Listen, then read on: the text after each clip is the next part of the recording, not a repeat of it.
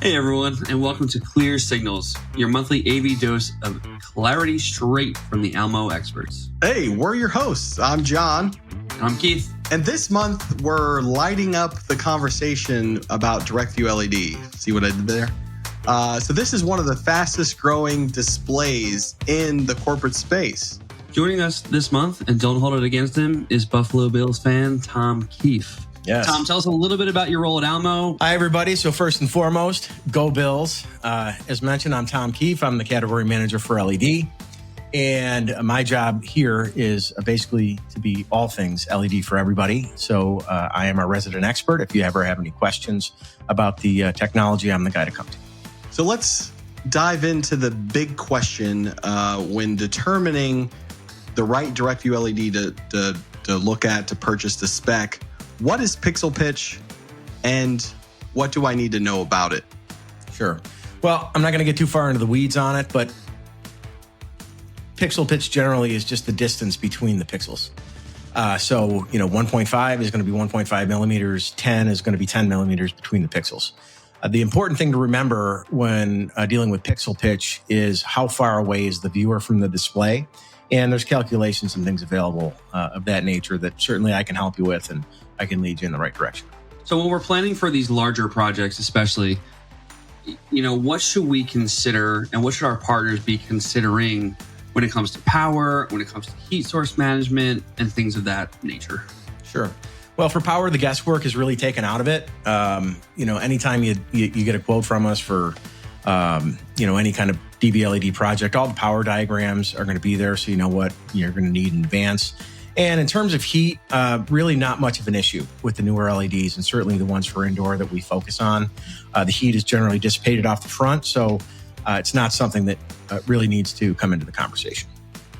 In terms of mounting, obviously I think in a perfect world, it's really easy to mount to a flat wall, but that's generally not the case. It's usually uneven, or there's some complex mounting, styles. What are some options that we have? Yeah, certainly you can go with the vendor's mounting option that they offer. Typically, that's just going to be for putting a rectangle up on a flat wall. They're not very robust, right? They're just very basic.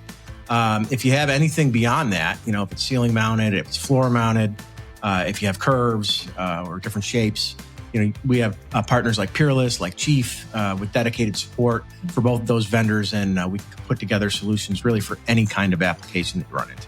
So we talked about kind of shapes. Now let's talk about environment.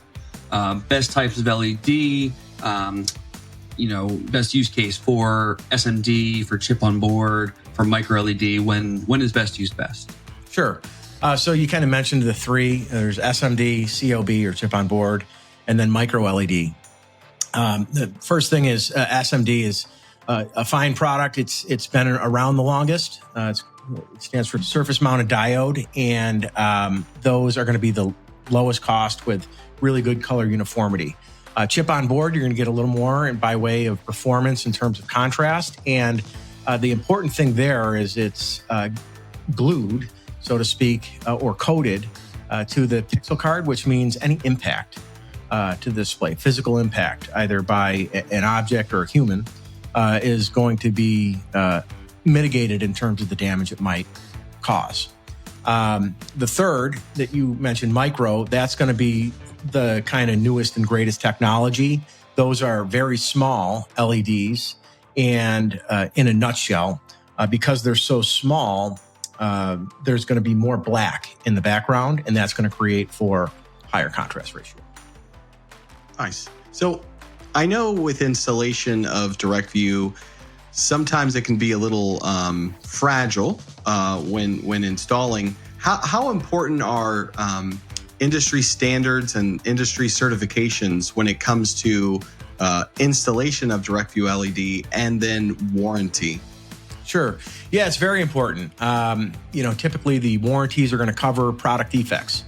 So anything that is damaged in the field, which does happen quite often because of never fragile nature of the happened. product, typically that's going to be at the cost of the installer. The vendor will do whatever they can to help mitigate that. But at the end of the day, if the installer is damaging it, they're paying for it. So ways to get around that. go with the guided installation service that the vendor offers, where they come out on site and they assist. Or you can go through Link Lab services and we can come out and assist. And what that really does, not only does it get someone certified on site, but it transfers the liability on any damages to the servicer versus the reseller. Awesome. All right, Tom, kind of our tagline here.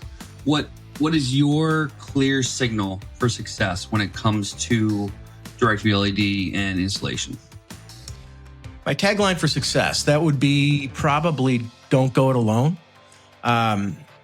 Get us involved in the process early. And, when you win, we win. So let's win together. I love that tagline, kind of working together hand in hand. Well, big thanks to Tom and his direct view LED expertise, along with sharing his favorite football team. Go Bills. Go Bills. And thank you all for tuning in. Regardless of that, if you are working and you're new with working direct view LED projects, reach out to us to learn more about some exclusive discounts that we can have here for you at Almo Pro AV. And don't forget to subscribe and join us next month when we explore the collaboration of the corporate workspace and what that looks like today. Until then, keep your signals clear and your installs cleaner.